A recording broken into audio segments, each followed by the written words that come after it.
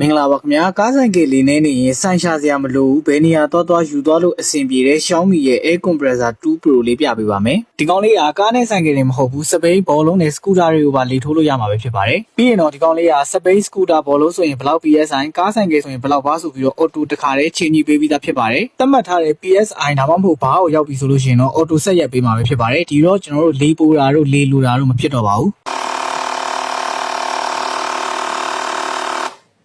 လေအားအလျှော့တင်းကိုလည်းမိတ်ဆွေတို့လိုအပ်တယ်လို့ကိုလိုအပ်တဲ့လောက်အတိုးလျှော့လုပ်ပြီးတော့လည်းအသုံးပြုလို့ရမှာပဲဖြစ်ပါတယ်။နောက်ပြီးတော့ညဘက်အရေးပေါ်အခြေအနေအတွက် lighting မီးနဲ့ SOS lighting လေးလည်းပါဝင်ပါတယ်ခင်ဗျာ။ဒီကောင်လေးရဲ့ site အနေနဲ့ကလည်း portable ဖြစ်တာမို့လို့ကားထဲမှာထည့်ထားလို့ရတယ်လို့အိတ်ထဲမှာလည်းအမြဲဆောင်ထားလို့ရပါတယ်။ဘက်ထရီအနေနဲ့ကတော့2500 mAh ပါပါတယ်။အားသွင်းချိန်ကတော့2နာရီခွဲလောက်သွင်းရမှာဖြစ်ပြီးတော့တစ်ခါအားပြည့်သွင်းထားမယ်ဆိုရင်တော့ကားတာယာ16လုံးစာလောက်လေးအပြည့်ချိန်လို့ရတယ်လို့ Xiaomi ဘက်ကကြေညာထားပါတယ်ခင်ဗျာ။ဒီ Air Compressor လေးကိုတော့တိုက်စီနဲ့အားသွင်းပေးရမှာပဲဖြစ်ပါတယ်။တခြားပါဝင်တဲ့ accessory ပစ္စည်းလေးတွေကတော့ကားနဲ့ဆိုင်ကယ်ကိုထိုးဖို့အတွက်ခေါင်းလေးတစ်ခုပါပါမယ်။နောက်တစ်ခုကတော့စပိန်လီထိုးဖို့အတွက်ခေါင်းချောင်းလေးတစ်ခုပါပါမယ်။ဒါလေးကတော့ဘောလုံးကိုလီထိုးဖို့အတွက်ခေါင်းချောင်းလေးဖြစ်ပါတယ်။ပြီးရင်တော့သူ့ကိုဘယ်နေရာသွားတည်ယူသွားလို့ရမယ်အိတ်လေးတစ်လုံးနဲ့ပါပါတယ်။မိတ်ဆွေတို့အနေနဲ့ကြမ်းနေတဲ့လို့ဝယ်ယူအားပေးခြင်းနဲ့ဆိုရင်တော့ခုနှစ်ခွန်သုံးမနောဟရီလမ်းပေါ်ကမိတ်ဆွေတို့ရဲ့စုကိုနဲ့မှာစိတ်တိုင်းကြလာအောင်ကြည့်ရှုဝယ်ယူအားပေးနိုင်ပါတယ်ခင်ဗျာ။အားလုံးပဲကျေးဇူးတင်ပါတယ်။